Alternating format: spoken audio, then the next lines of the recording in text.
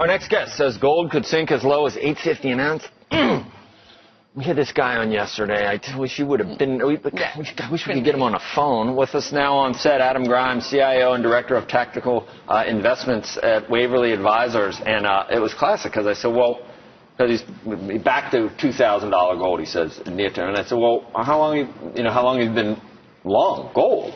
To find out how long he's ridden it down. Right. And he said, since 300. I go, okay, so you ran it up. Have you been bullish all the way down? He goes, well, I bought it at 300. I go, yeah, but it would have been a good time at 1900 to say something has changed. Would it not? Absolutely. What changed, and why will it go even further low?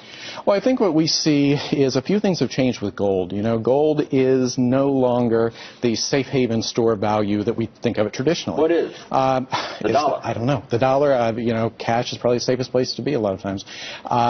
Gold is trading as a risk asset. Gold is trading much more like stocks, crude oil. It's trading very emotionally. We can sit around and speculate on why. Maybe it's the rise of exchange-traded products and, more of a retail mindset. Who knows? Maybe it's just a natural evolution. Why did it run up to 1900? I think a lot of what has been driving price dynamics over the past 3-4 years in gold seems to be mostly psychological factors. And if you look at the way gold traded up around 1900, it was the kind of classic climactic, buying climax, blow-off thing. And we actually were able to initiate a short the day of the high. And that was just based on structures that we saw in the price. When the people that get very nasty with me and tell me that I don't understand what's going on are people that say that it has nothing to do, it's not a commodity, it is an actual currency. It is the actual only store of value in a fiat world, in a paper world, and that you're not really understanding economics if you don't understand that it isn't just, it's almost different than any other asset, is the point that they make. Well, that's the argument, but I think what is different in gold is the emotionality, is that a word, of the market participants. How vehement are gold bugs about their position? I've seen other people like that in certain stocks that at certain times, right? The markets go through phases. The Tasarians, right. The Blackberrians right now. Right. And I think what we see is that this makes a market, whether gold is a shiny rock, a commodity, the ultimate store value, and you know what, it may be in 20 years, it may be in 50 years, we may be having a different discussion. Is it wrong?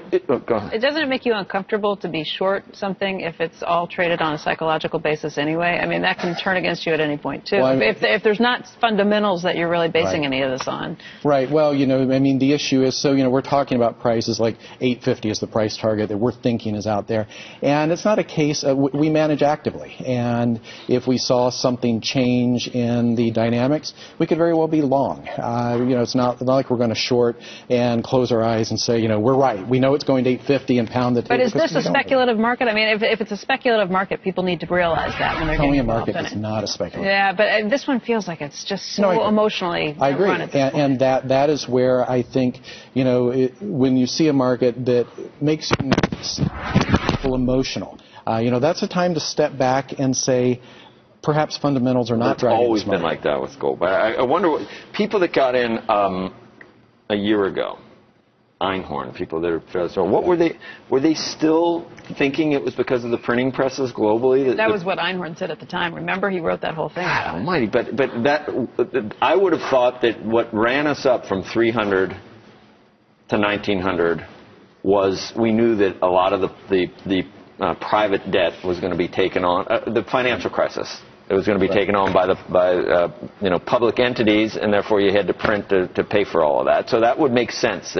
But we didn't see what the worst case scenarios were saying, and that would be a collapse of all currencies. We didn't see that. Right. That argument would have made sense to me perhaps in 2008, 2009, 2010. And that's why it ran up, right? 2011, 2012. Is that why it ran up to 19? Certainly that was a motivating factor, but I think the real acceleration came in 2011 when a lot of those fears, at least in some quarters, had subsided. What about different cultures that just value gold and jewelry, and there's not enough, and they're not making any more of it? Do you have to think about that wedding season in India, something like that? Or? Well, you basically no. You don't see. There was a time, maybe in the 70s and 80s, when you saw more cyclical fundamental drivers of price in gold, and you could tease out some cyclical seasonal components in prices.